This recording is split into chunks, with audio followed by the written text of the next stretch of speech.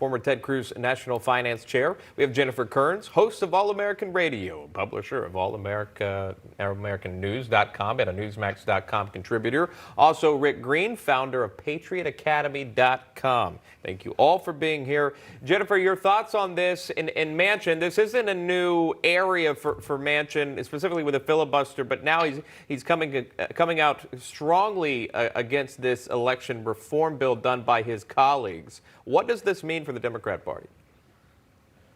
Well, this means it's pretty much the end of the road for what I would call not vote for all, but vote for Democrats. That is part of the Biden plan to secure the next election, not just in 2024, but in the 2022 midterms. If you look at how awful the voting rights bill was, and I'm putting that in air quotes, it would allow things like 15-day election days and things of that nature. This is why West Virginia, which is where my parents hail from and where my brother was born, is, I think, the original swing state here. And thank God for Joe Manchin for putting an end to this madness. Here's what Democrats do. They give you things so that Republicans look evil and awful when they take them away. Make no mistake, they will try to make Republicans look terrible, make them look like they're taking away your voting rights, but nothing could be further from the truth. The opposite would have been true if this would have been put into place. Well, Manchin's getting a lot of heat online for his decision. We're hearing from Jamel Hill, former ESPN host, tweeting out this, saying it's so on brand for this country. Record number of black voters show up to save the democracy, only for white supremacy to be upheld by a cowardly, power-hungry white dude. Joe Manchin is a clown. I'll go to Hal Lambert on this. Again, interesting that you hear so much pushback from Democrats towards Manchin on this bill.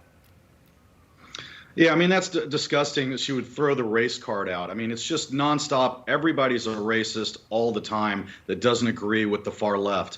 But I thought this was a very well thought out op-ed. He went through it pretty detailed. He said, look, if you can't even get moderate Republicans that actually voted to impeach President Trump on board with this bill, how can you possibly say that it's appropriate for the American people? I mean, they're accusing Republicans of being against democracy, of trying to overthrow the government. He said, look, how can you say that when you have moderate Republicans that just tried to impeach President Trump? They're not voting for this. The only thing he didn't put in that op-ed that I wish he would have put in is that it's also unconstitutional, this bill is. The Constitution clearly highlights that the state legislatures set election laws in their states. You cannot have the federal government doing it. So even if this had passed, it would have been thrown out by the Supreme Court, which, by the way, I think is what the Democrats want to do. They want to pass a bunch of crazy legislation that gets overturned by the Supreme Court so they can then say, see, we have to stack the Supreme Court because they're not with us. We can't get through what we need. We have to do that.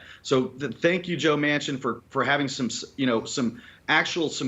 guts in the Senate to do this. Where are the other Democrats? Where are all these other Democrats? You know, as I think we had a little glitch with the audio, but Rick Green, to continue the conversation, that is a key sticking point that Manchin came out against, a specific bill. But what he has always stood by, that I've noticed here, and many have, is a letter stating that he's not going to be for doing away with the filibuster. Some of that, again, his Democrat colleagues want. Rick Green, your thoughts? Well, especially on this specific provision, you know, Article 1, Section 4, Paragraph 1 does say that the legislature set the time, place, and manner, but the second half is not well known in America, and it does give Congress some power to modify those laws. So the Democrats were trying to abuse that part of the Constitution to completely take over elections all across the country. Thank God for Joe Manchin. Maybe Joe Manchin and Ron DeSantis are going to save the American Republic after all. This would have been a terrible, terrible bill. And he's exactly right. His op-ed was fantastic. He talked about this hyper-partisan nature in D.C. right now. This is the wrong time to try to modify the elections this way. And it's an absolute lie to say that this voter suppression is happening. This is not the 1960s. It's not the 1860s. The idea that somehow we're stopping people from voting across America is a complete lie. What we're trying to do is make sure that every vote counts. And we're trying to make sure that your vote is not canceled out by someone that is illegally voting. And the Democrats want to allow all kinds of loopholes in our voting process. So they're basing it on lies. Thankfully, one of the Democrats, Joe Manchin, stood up and spoke some truth here. Reminds me of when the Democrats tried to do court packing all those years ago. Even with 80 Democrats in the Senate, they couldn't get it done because some of them had enough integrity to stand up and say no. I think the Democrats are trying to cover up for their own racist past. It's the Jim Crow laws that the racist Democrats put in place that actually had voter suppression. They're the ones that continue to play the race cards. Republicans want to let everybody vote that is legal to vote. All right, got to leave it at that. Rick Green, Hal Lambert, Jennifer Kearns. Stick around, political panel. Yeah, CNN host